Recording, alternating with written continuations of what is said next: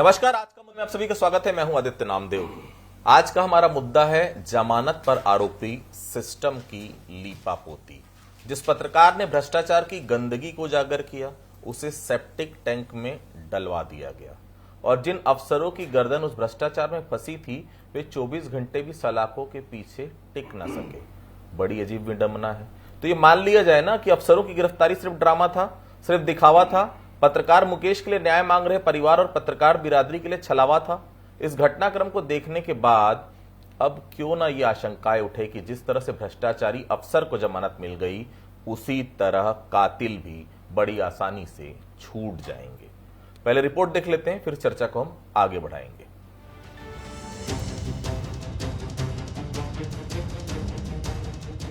सच लिखना पत्रकार मुकेश चंद्राकर को इतना भारी पड़ जाएगा, किसी ने सोचा भी नहीं था। बीजापुर के इस युवा पत्रकार ने सड़क निर्माण में हो रहे भ्रष्टाचार का सच उजागर किया, लेकिन सच्चाई सामने आने की कीमत उसे अपनी जान देकर चुकानी पड़ी। हत्या के बाद लंबी चली जांच के आधार पर पुलिस ने आरोपियों को गिरफ्तार तो कर लिया, लेकिन महज 24 घंटे में ही आरोपियों के बेल पर बाहर आने का रास्ता भी साफ हो गया। कांग्रेस अब सुशासन के साथ ही सिस्टम पर भी सवाल खड़े कर रही है। ये तो सच्चाई कि उस सड़क में भ्रष्टाचार हुआ है, लेकिन सरकार उस भ्रष्टाचार को साबित नहीं कर पा रहे हैं और न्यायालय अधिकारियों को क्लीन चिट तो नहीं, जमानत उनको दे रहे हैं। इसका मतलब कहीं ना कहीं ये इस केस को, इस भ्रष्टाचार के केस को सरकार स्वयं कमजोर करना चाह रही है। कोर्ट ने 24 घंटे के भीतर आरोपियों को जमानत दी तो सवाल उठे कि क्या दबंगों का डर और रसूख कानून से भी बड़ा हो गया है। पत्रकार संगठनों और स्थानीय लोगों का आरोप है कि ये हत्या सिर्फ एक शख्स की नहीं, बल्कि लोकतंत्र के चौथे स्तंभ पर सीधा हमला है। मांग की जा रही है कि केस की न्यायिक जांच हो और दोषियों को कड़ी सजा मिले, ताकि लोकतंत्र के चौथे स्तंभ के साथ फिर दोबारा ऐसा ना हो। वहीं कांग्रेस के आरोपों के बीच बीजेपी का कहना है कि मामला कोर्ट का है, तो सरकार बीच में कहां से आ गई। सड़क के मामले में मुकेश चंद्राकर नाम के पत्रकार की हत्या हुई थी। न केवल उसमें विभागीय कार्यवाही की गई, वरन विभाग ने एफआईआर भी दर्ज किया था अधिकारियों के खिलाफ।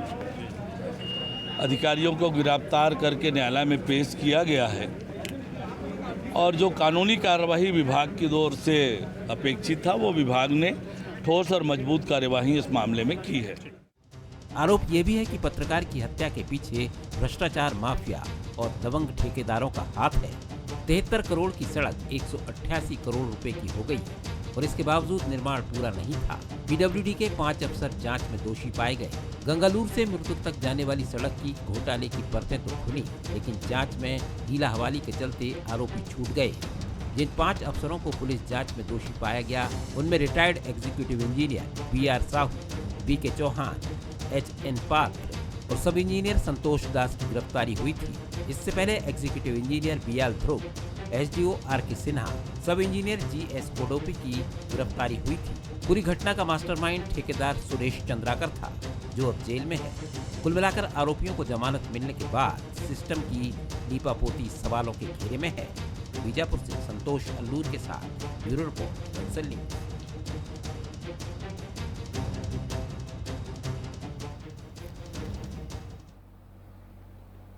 पत्रकार मुकेश चंद्राकर की निर्मम हत्या के बाद जब पुलिस ने बुधवार को लोक निर्माण विभाग के 5 अफसरों को गिरफ्तार किया, तो लगा जैसे न्याय की दिशा में कोई ठोस कदम उठा है। पत्रकार समाज में थोड़ी सी उम्मीद जगी कि अब शायद सिस्टम में हलचल होगी, हत्यारों और भ्रष्टाचारियों को कड़ी सजा मिलेगी। लेकिन यह उम्मीद भी चाय की प्याली में उठे बुलबुले जैसी निकली, थोड़ी देर को उफन कर फिर बैठ गई। गिरफ्तार अफसरों को दंतेवाड़ा की अदालत से झटपट जमानत मिल गई। न कोई लंबी पूछताछ, न कोई रिमांड की जरूरत।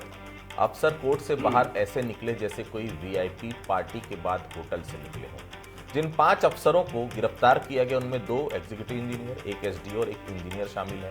सभी गंगालूर से नेलसनार सड़क निर्माण में भारी गड़बड़ी के आरोपी हैं। यही वो सड़क थी जिसके भ्रष्टाचार को उजागर करने की कीमत मुकेश चंद्राकर ने अपनी जान देकर चुकाई। पत्रकार मुकेश चंद्राकर ने जब इस सड़क निर्माण में हो रही लूट का पर्दाफाश किया तो ठेकेदार सुरेश चंद्राकर को यह बात इतनी नागवार गुजरी कि उसने अपने गुर्गों से पत्रकार की हत्या करवा दी। 1 जनवरी को हत्या हुई और 3 जनवरी को मुकेश का शव सेप्टिक टैंक से बरामद हुआ। जी हां, सेप्टिक टैंक, क्योंकि जहां सच बोला जाता है वहां हत्या करने वाले इसे गटर समझते हैं। सवाल ये नहीं कि बेल मिल गई, सवाल ये कि क्या सिस्टम भी हत्यारों और भ्रष्टाचारियों की गोद में बैठ चुका है? क्या पत्रकारिता की मौत पर इंसाफ की लकीर कभी खींची जाएगी या इसे एक और रूटीन मामला समझकर फाइल बंद कर दी जाएगी? चलिए सवालों का सिलसिला शुरू करेंगे। बंसल इससे कुछ सवाल है, क्या कुछ सवाल है? पहला सवाल, क्या पीडब्ल्यूडी घोटाले के आरोपियों को जमानत से सिस्टम सवालों के घेरे में है? दूसरा सवाल, क्या सिस्टम भ्रष्टाचार और माफिया के खिलाफ प्रभावी कदम नहीं उठा पा रहा? तीसरा सवाल, क्या कांग्रेस का सुशासन पर सवाल उठाना सियासी हमले का हिस्सा है? 3 सवाल है। मेहमानों से तारुफ कराऊंगा आपका। अनिल पुसतकर साहब है, वरिष्ठ पत्रकार हैं, बहुत स्वागत करता हूं। हमारे साथ डॉक्टर कृष्णमूर्ति बांधी जी हैं, बिलासपुर से जुड़े हुए हैं, बहुत स्वागत करता हूं उनका। हमारे साथ अमरजीत चावला साहब हैं, वरिष्ठ नेता है, पूर्व प्रदेश महामंत्री हैं कांग्रेस के, बहुत स्वागत करता हूं। सबसे पहले बांधी साहब के पास। बांधी साहब, आप लोग तो बहुत अच्छा न्याय दिलवा रहे हैं। मुकेश के शव पर जाकर 2 फूल चढ़ाकर आप लोगों ने वादा किया था, बांधी साहब, याद होगा आपको, वो क्या इसी तरह से पूरा होगा? 24 घंटे में बेल? बांधी साहब देखिए आदित्य जी, माननीय विष्णुदेव साय की सरकार है और जिस तरीके से एक पत्रकार ने अपनी भूमिका के साथ एक अच्छा काम किया और उन्होंने भ्रष्टाचार को उजागर किया और उस भ्रष्टाचार में उजागर करने में किया वो एक पार्ट है, लेकिन उसका हत्या जो हुई है उस उजागर के कारण हुआ है, सुरेश ठेकेदार ने किया है, जिसको तत्काल सरकार ने पकड़ में आया। मतलब सरकार ने तो कार्रवाई की और उसको सजा है, आज भी वो जेल में है और ये जेल किसी और भी जेल के जाने के कारण वो एक पार्ट हो गया है। और दूसरा पार्ट है कि जिन रोडों के लिए घोटाला और जिन लोगों के लिए किया गया था, सरकार ने खुद संज्ञान लेकर के उसकी जांच बिठाई है और जांच बिठा करके एफआईआर दर्ज भी किया है उसने और न्यायालय में भी पेश किया है।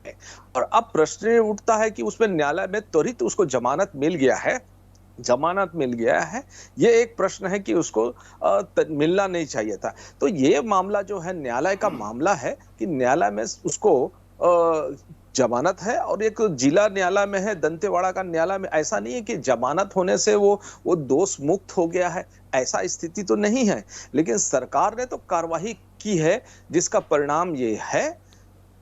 और मेरा उस पर एक विचार भी है कि सरकार जिस तत्परता से काम की है, सरकार ही जांच बिठाला। बांधी साहब बहुत वरिष्ठ विधायक हैं और रहे हैं आप, और सबसे बड़ी बात है मंत्री भी रह चुके हैं, और सबसे बड़ी बात ये भी आप जानते हैं कि शायद अभी आप विपक्ष में होते ना बांधी साहब, तो इसी मामले पर चीख चीख कर कहते कि सरकार ने ठीक से पक्ष नहीं प्रस्तुत किया, पुलिस ने न्यायालय में सही तरीके से सबूत नहीं पेश किए। आज आपकी सरकार है तो आप लोगों के सुर बदल जाते हैं बांधी साहब। क्या आपको ऐसा नहीं लगता कि अगर न्यायालय में साक्ष्य प्रॉपर तरीके से प्रस्तुत किया जाता, प्रॉपर तरीके से पुलिस पक्ष रखवाती वकील के माध्यम से, तो जमानत नहीं मिलती? जमानत कैसे मिल गई बताइए? जिस हत्याकांड की बात हुई, जिस सड़क की बात हुई है, वो सड़क के लिए जवाबदार यही अधिकारी थे। ये जो दोषी अधिकारी हैं जिन पर दोष तो आरोपित हो चुका है, अब उसको क्यों जमानत मिला, कैसे जमानत मिला है, और जमानत मिलने से वो दोष मुक्त नहीं हो सकते, दोष मुक्त हो नहीं सकते हैं। अब आपका जो प्रश्न है कि भाजपा के सरकार में हम बोलते हैं, आज भी हम कहते हैं कि ये दोषी आदमी है और जिस पर भारतीय जनता पार्टी कार्रवाई की है और करके रहेगी और किसी भी अपराधी आदमी को छोड़ेगा नहीं। ये भारतीय जनता पार्टी की सरकार है, विष्णुदेव जी की सरकार है और छोड़ेगी नहीं। इस बात का आदित्य जी आश्वस्त रहिए, आप छोड़ेगी नहीं उसको।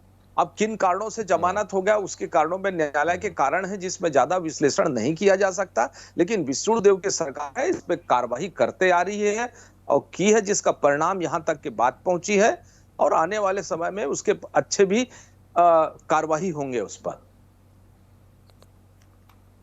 ठीक है, ठीक है। अमरजीत जी, पत्रकार की हत्या से जुड़े प्रकरण में 5 अफसरों की गिरफ्तारी हुई थी, लेकिन न रिमांड हुई न जेल गए। क्या लगता है आप लोगों को मुकेश की आत्मा को शांति मिल पाएगी? क्या न्याय मिल पाएगा चावला साहब? देखिए आदित्य जी, सबसे पहली बात तो ये कहना चाहूँगा मैं कि जब प्रदेश की कमान अनुभवहीन लोगों के हाथों पे होती है, प्रदेश को चलाने की जिम्मेदारी कमजोर कंधों पर होती है, तो वो सुशासन की जगह दुशासन का शासन ज़्यादा नजर आता है। आपको ये समझना होगा कि एक सामान्य आदमी की हत्या नहीं हुई।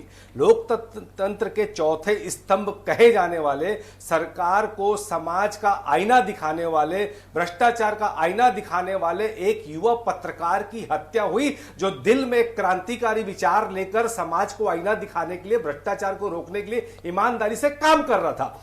अब मैं ये कहता हूं, मांदी साहब कह रहे हैं अरे सजा होना तो दूर की बात है, जिम्मेदारी भी तय नहीं हो रही है। और ये एक मामला नहीं है। देखिए, स्पष्ट था कि उस रोड में भ्रष्टाचार हुआ और काम होने के पहले करोड़ों रुपए के भुगतान किए गए। यहां पर अपराध स्पष्ट परिलक्षित था। उसके बावजूद अगर वो अधिकारी जमानत से बाहर आ रहे हैं, इसका मतलब साफ साफ है कि एफआईआर में मजबूती से चालान प्रस्तुत नहीं किया गया। मांदी जी, मेरी बोला, आप सुन लीजिए। नहीं डॉक्टर साहब पढ़े लिखे हैं आप। मैं डॉक्टर साहब, फिर आप ही बोलिए, मैं नहीं बोलूंगा।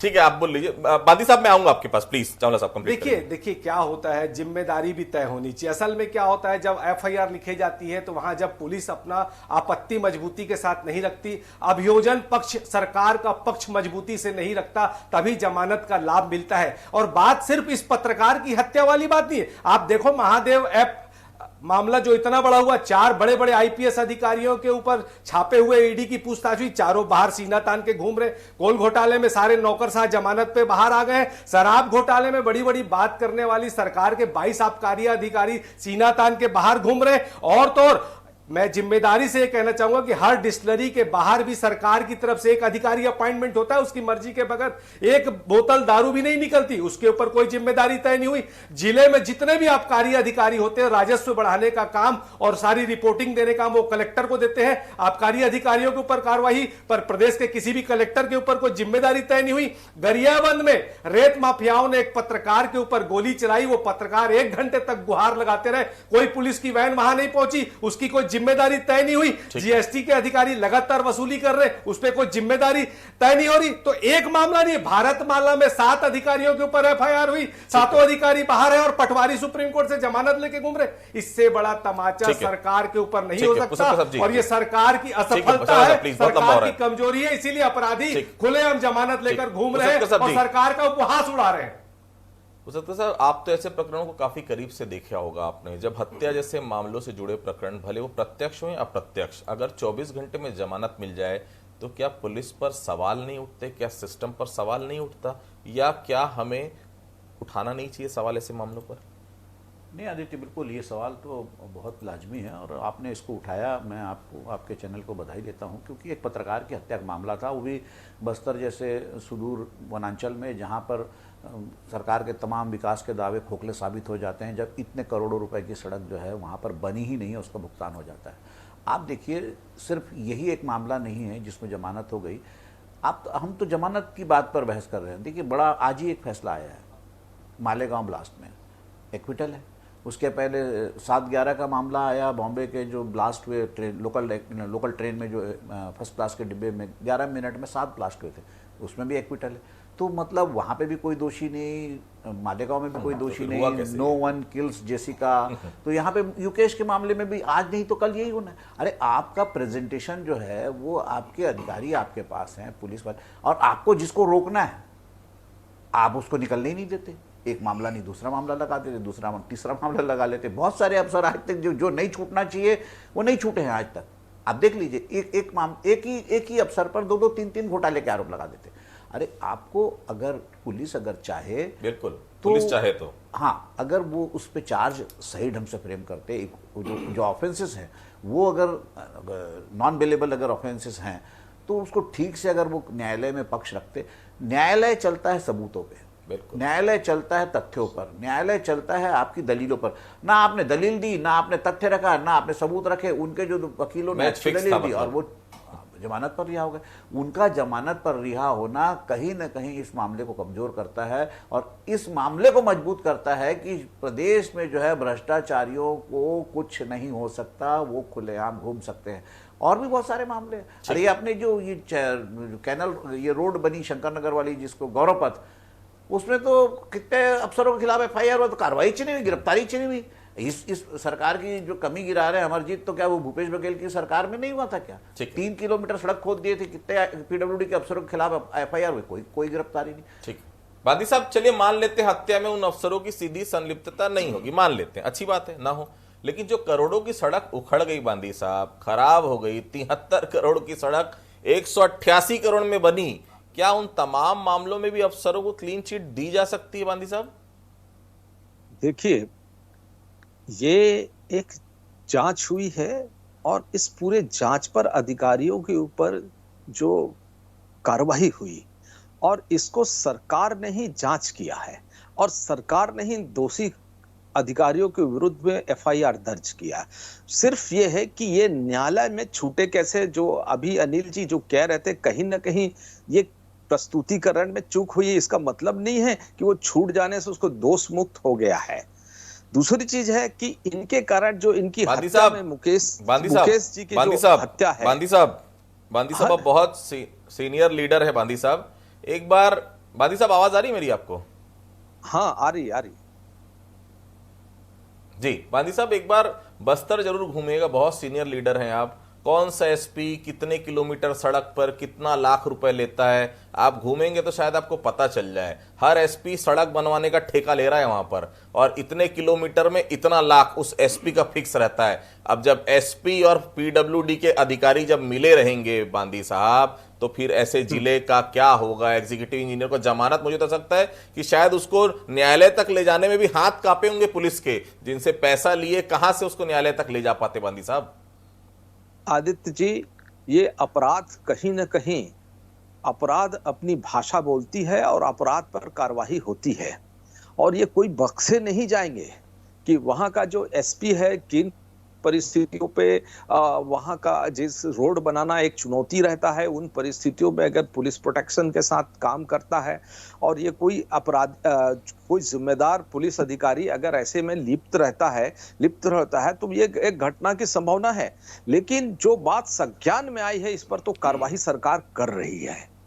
जब भी विष्णुदेव की सरकार में बात आती है, उस पर तो कार्रवाई हो रही है और उसका ही परिणाम है ये तो चर्चा में जो आ रही है उसका कार्रवाइयों का चावला साहब, हम पत्रकारी लोग आपकी आवाज बनते हैं चावला साहब, हमारी आवाज कौन बनेगा? अब तक यही लग रहा था कि सुरेश और उसकी टीम भी इसी तरह छूट जाएगी। कांग्रेस का स्टैंड इस मामले पर क्या रहेगा? जेल में है, जितने हत्यारे हैं, षड्यंत्र हैं, और जिन लोगों ने, मैं आऊंगा आपके पास बांदी साहब, चावला साहब उनकी परिवार, देखिए उसकी एक विश्वास में भी, मैंने जैसा कि पहले भी कहा, लोकतंत्र के चौथे स्तंभ है। बांदी जी को चुप करा लीजिए। बांदी साहब एक मिनट प्लीज। जी चावला साहब कंप्लीट करेंगे। देखिए, लोकतंत्र में पत्रकार की भूमिका सबसे बड़ी होती है। पत्रकार वो आईना होता है जो किसी भी सरकार के विपक्ष की भूमिका अदा करता है। सरकार में जो खामियां होती हैं उसको दिखाने का काम करता है, जो भ्रष्टाचार होते हैं उस पर नकेल लिखने का काम करता है। इसीलिए कहा जाता है कि कलम से क्रांति आती थी। पर सबसे बड़ा दुर्भाग्य है कि जब इस तरह की घटनाएं होंगी और अधिकारियों को, दोषियों को, जो लोग हैं उन ऐसे जमानत का लाभ मिलकर छूट जाएगा, तो आप यह सोचिए कि संदेश क्या जाएगा। जो लोग ईमानदारी से काम करना चाहते हैं, न्याय दिलाना चाहते हैं, भ्रष्टाचार सामने लाना चाहते हैं, उनका मोरल तो डाउन होगा। डर के मारे उनके परिवार का दबाव आएगा। ऐसे में कोई काम कैसे करेगा? और यह पहली घटना नहीं है। आप देखिए, सुंदरनगर में एक कलेक्ट्रेट के बाबू ने आत्महत्या की। उसने अपने पत्र में 3 अधिकारियों का नाम लिखा, आज तक कोई कार्रवाई नहीं हुई। एक पटवारी ने बिलासपुर में आत्महत्या की, उसने एक अधिकारी के नाम से चिट्ठी लिखी, उस पर कोई कार्रवाई नहीं हुई। और खौफ इतना ज्यादा है कि जब मंत्री दौरे में जाते हैं, अभी सरायपाली के दौरे में गए, हमारे कांग्रेसी कार्यकर्ताओं को पुलिस वालों ने जबरदस्ती पहले से थाने में बैठा लिया। मतलब इनके मन में डर है ना। ये बोलते हैं किसी को बख्शा नहीं जाएगा, पर यह भी वैसे ही है जैसे इनके पुराने जुमले हैं। तो इस सरकार में ये देखने को मिल रहा है कि लगातार इनकी असफलता है, और ये सिर्फ इसीलिए है कि अनुभवहीन लोगों के हाथ में सरकार की जिम्मेदारी है चलाने की, और कमजोर लोग सरकार चला रहे हैं, उसी का लाभ मिल रहा है कि अभियोजन पक्ष मजबूती से अपनी बात नहीं रख रही और अपराधियों को जमानत का लाभ मिल रहा है। सत्या सर, आप तो लंबे समय से क्राइम बीट देखते रहे, किसी भी मामले में 24 घंटे के भीतर जमानत मिल जाना मतलब तो यही हुआ ना कि केस में कोई दम नहीं था, जो धाराएं लगाई गई वो प्रभावी थी नहीं। क्या देखते हैं अब इस केस का भविष्य? ये मान लिया जाए कि आज नहीं तो कल हम लोग कवर करेंगे, शायद 1 साल बाद सभी आरोपी जो हैं बाइज्जत बरी, ऐसा हो सकता है क्या? नहीं, देखिए बिल्कुल आदित्य जी, आपके सवाल बिल्कुल जायज है। आप जब आप पहले ही उसको जो प्रोड्यूस कर रहे हैं, कोर्ट में प्रोड्यूस कर रहे हैं, तभी आपके जो चार्ज ठीक से फ्रेम नहीं हुए हैं। अगर चार्ज ठीक से फ्रेम होते तो वो कम से कम, और फिर पुलिस ने रिमांड की डिमांड क्यों नहीं की? पुलिस अगर रिमांड की डिमांड करती, बाकी मामले में आपको हर आरोपी चाहिए, आपको पॉलिटिकल जो आपका जो शिकार रहता है, पॉलिटिकल शिकारी बोल लीजिए, आप उसको 5 दिन की रिमांड लेते हो, 13 दिन की रिमांड लेते हो, 10 दिन। इसमें रिमांड क्यों नहीं ली गई? रिमांड लेते। अगर आपको रिमांड नहीं मिल रही है, इसका मतलब आपने ढंग से ना उसमें आपने वो सारी लीपापोती कर डाली है। ऐसे मामले देखिए अपने रायपुर में ही जो है, ये न्यायालय जो है उसके साथ दिक्कत यही है कि जब सब बहुत सारे लोगों का, जो बहुत बड़े बड़े विद्वान ये कहते हैं कि हमारे अदालतों से जो है एक्विटल ज़्यादा हो जाता है, कन्विक्शन नहीं होता, कन्विक्शन रेट कम है। अरे कन्विक्शन होगा कहाँ से? अगर अभियोजन ठीक से प्रोड्यूस करेगा, अगर सबूत पेश करेगा, गवाह पेश करेगा, तथ्य पेश करेगा, तो सजा तो होगी ही। अपने ही रायपुर में राजा तालाब में एक तो हत्या हुई थी जिसमें लड़के के पिताजी ही जो है होस्टाइल हो गए, तो होस्टाइल तो होंगे ही, क्योंकि अगर आप उनको अगर जमानत पे रिहा करके दे रहे हो, पैसे वाले लोग हैं, करोड़ों रुपए जो है घोटाला कर चुके हैं, तो वो क्या दबाव नहीं डालेंगे? भय और साहस दोनों संक्रामक रोग है। अगर भय बढ़ता है, अगर साहस बढ़ता है तो सिर्फ साहस बढ़ता है, और भय बढ़ता है तो फिर भय बढ़ता है। अगर इन लोगों की रिहाई से अगर भय फैला तो पत्रकारिता भी कहीं ना कहीं प्रभावित होगी। सिर्फ भ्रष्टाचार के खिलाफ बोलने वाले ही पत्रकार नहीं, सारे पत्रकार प्रभावित होंगे। इसलिए अभियोजन जिन्होंने किया है, जिस पुलिस अफसर ने जो इसकी विवेचना की, इस मामले की गिरफ्तारी की है और जिसको प्रोड्यूस किया है, उसके खिलाफ भी कार्रवाई होनी चाहिए कि आपने कैसे केस पेश किया कि अदालत उनको जो है जेल भेजने की बजाय या रिमांड पे देने की बजाय जमानत दे रही है, उनको जमानत कैसे मिल गई? सवाल ये भी होना चाहिए। तब जाकर अगर आप इस तरह से सिस्टम अगर रखते हैं, ठीक है, तो फिर कहीं ठीक है। बांदी साहब, चलिए मान लेते हैं कि सरकार पत्रकार को न्याय दिलाने के लिए कृत संकल्पित है, मान लेते हैं, लेकिन क्या पुलिस की कार्यशैली कटघरे में नहीं है?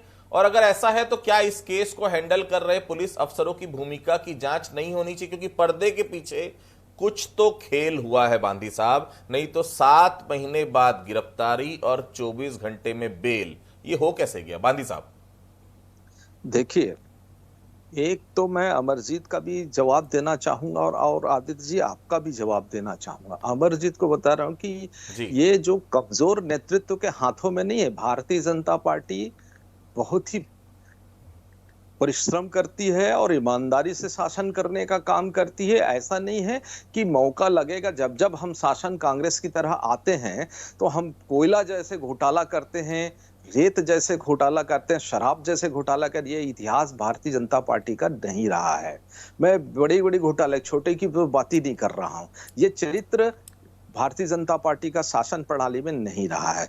और दूसरा है, पुलिस का जो है, विभाग ने, शासन ने उस पर जांच किया, कार्रवाई की, और शासन ने एफआईआर दर्ज किया, और एफआईआर दर्ज करके उसको न्यायालय में प्रस्तुत किया। न्यायालय ने उसको जमानत दिया। और किन कमियों के कारण, किन वजह से न्यायालय ने उनको जमानत दिया है, ये एक हो सकता है। लेकिन जो दंतेवाड़ा न्यायालय में जो हुआ है, छोटा सा जवाब दीजिएगा बादी साहब, मुझे खत्म करना है कि वहां से छूटने के बाद जमानत मिलने को वो अपराध और दोष मुक्त हो गया है।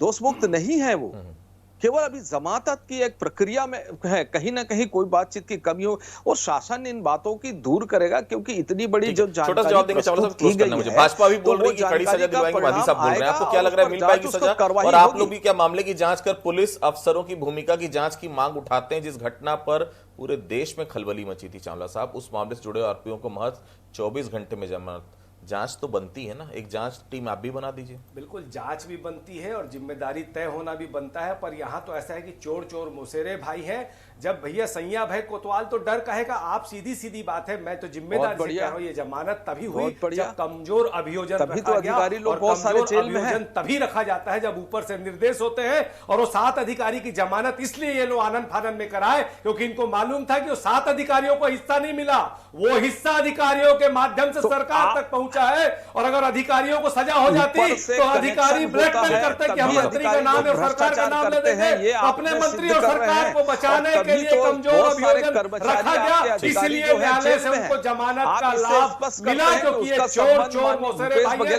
इसीलिए मैं कहता हूं कि कमजोर सरकार, अनुभवहीन सरकार। और गांधी जी, आपने तो इस बात को अपनी सरकार से पूछिए कि जैद खान का अपमान करने वालों को भी अभी तक सरकार पकड़ नहीं पाई है। इसीलिए बोलता हूं मैं, ये कमजोर सरकार है, अनुभवहीन सरकार है। तो देखिए, मुकेश की हत्या किस तरह हुई थी हम सबने देखा, पत्रकार बिरादरी में बहुत आक्रोश था।